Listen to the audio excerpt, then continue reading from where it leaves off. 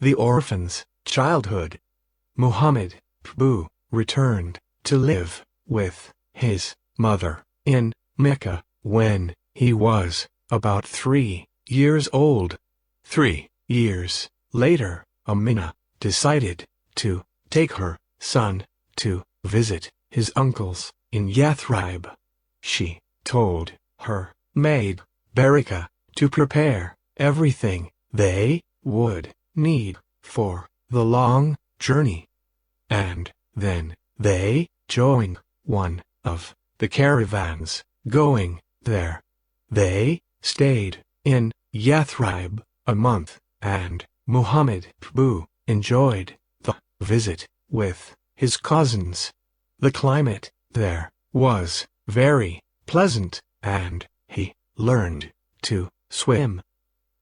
On their way back to Mecca, however, Amina became ill and died. She was buried in the village at Alaba, not far from Yathrib. Muhammad returned sadly to Mecca with his mother's maid. He was now 6 years old and had lost both his father and mother. He was then adopted by his grandfather, Abd-al-Muttalib, who loved him dearly and kept him by his side at all times. It was the custom of Abd-al-Muttalib to sit on a blanket near the Kaaba. There he was always surrounded by people who had come to speak to him. No one was allowed to sit on the blanket with him, however, except his grandson Muhammad, which shows how close they were to each other. Many times Abd-al-Muttalib was heard to say, "This boy will be very important one day." 2 years later, Abd-al-Muttalib became ill, and Muhammad stayed by him constantly. Abd-al-Muttalib told his son Abu Talib to adopt Muhammad after his death, which he did.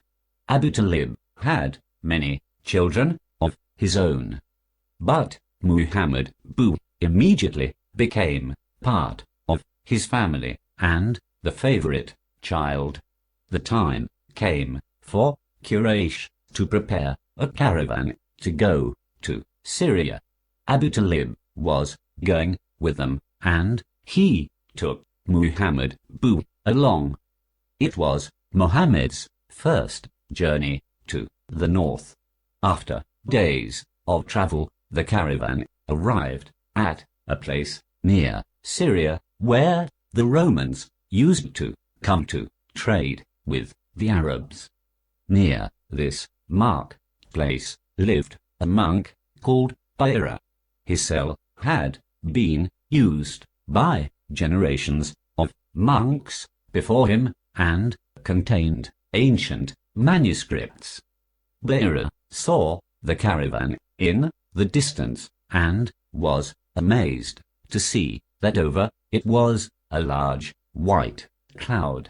It was the only cloud in a clear blue sky, and it appeared to be shading one of the travelers. The monk was even more surprised to see that the cloud seemed to follow the caravan, but disappeared when the person it was shading sat down under a tree. Baira knew from the scriptures that a prophet was expected to come after Jesus, and it had been his wish to see this prophet before he died.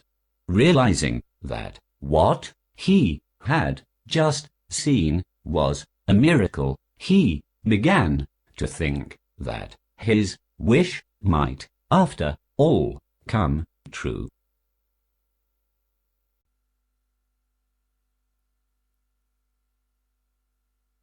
the monk sent an invitation to the Meccans to come and eat with him.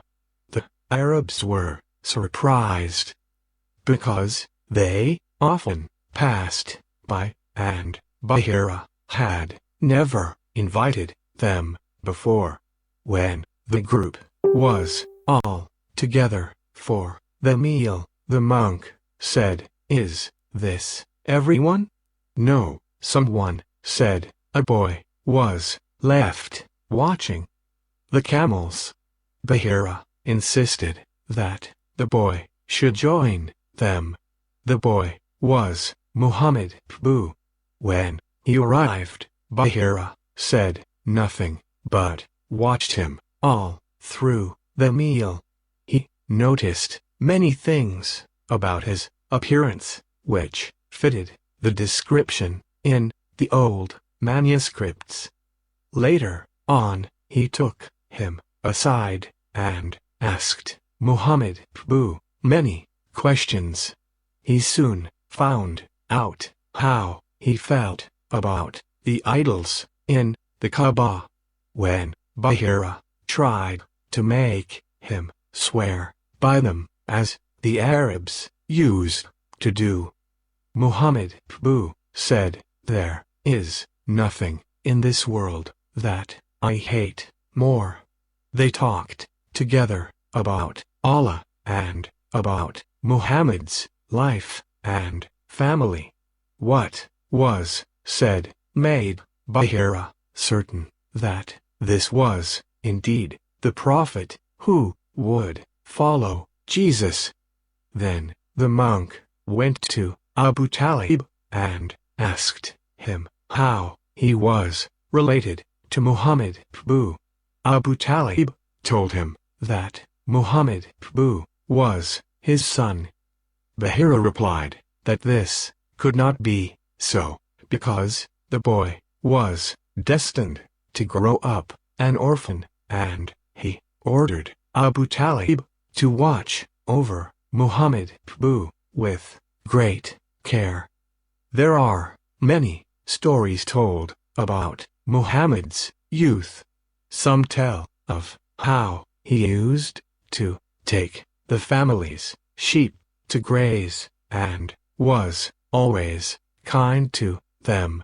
While they grazed, he would sit thinking about the mysteries of nature.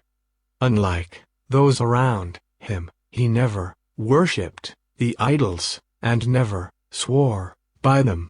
He also wondered why people were always struggling for power and money, and this saddened him and made him feel lonely, but he kept his feelings to himself. He was a quiet, thoughtful boy, and rarely played with other boys of his age. On one occasion, however, Muhammad went with some of the boys to a wedding in Mecca. When he reached the house, he heard the sounds of music and dancing, but just as he was about to enter, he suddenly felt tired and, sitting down, fell asleep. He didn't wake up until late the next morning, and thus missed the celebrations. In this way, Allah prevented him from doing anything foolish, for he was keeping Muhammad for something much more important.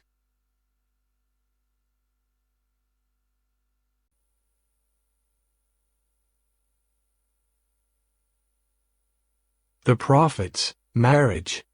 By the time Muhammad was 25, he was famous for his honesty. He was respected by everyone, even the elders of Mecca. The purity of his nature increased with the years. It seemed he had an inner knowledge that other people did not have. He believed in one God, creator of the world, and he worshipped him with all his heart and with all his soul. Muhammad was the finest of his people, the most kind, truthful, and reliable person in Mecca. He was known among Quraysh as the trustworthy Al-Amin because of the good qualities Allah had given him. He spent many quiet hours in a cave in Mount Hira, not far from Mecca, thinking about Allah. Among Quraysh was a respected and wealthy woman named Khadijah. She was involved in trade, and on hearing of Muhammad's reputation, sent for him and asked him to take her goods and trade with them in Syria. Muhammad agreed and left for Syria with one of Khadijah's caravans. With him went her slave, Maysara, and they spent a great deal of time talking together. Maysara soon came to admire Muhammad. He thought he was quite different from all the other men of Quraysh. Two unusual events took place during this journey, which puzzled Maysara very much. The first happened when they stopped to rest near the lonely home of a monk. Muhammad sat under a tree while Maysara was busy with some work. The monk came up to Maysara and asked, "Who is the man resting under the tree?" "One of Quraysh, the people who guard the Kaaba," said Maysara. "No one but a prophet is sitting beneath this tree," replied the monk. The second event occurred on the journey back to Mecca. It happened at noon, when the sun is at its hottest. Maysara was riding behind Muhammad, and as the sun grew hotter, he saw two angels appear above Muhammad, and shield him from the sun's harmful rays. The trading was very successful, and Muhammad made more profit for Khadijah than she had ever received before. When they arrived back in Mecca, Maysara told Khadijah everything about the trip and what he had noticed about Muhammad's character and behavior. Khadijah was a widow in her 40s, and as well as being rich and highly respected, she was also very beautiful. Many men wanted to marry her, but none of them suited her. When she met Muhammad, however, she thought he was very special. She sent a friend to ask Muhammad why he was not married. Muhammad said that it was because he had no money, to which the friend replied, "Supposing a rich, beautiful, and noble lady agreed to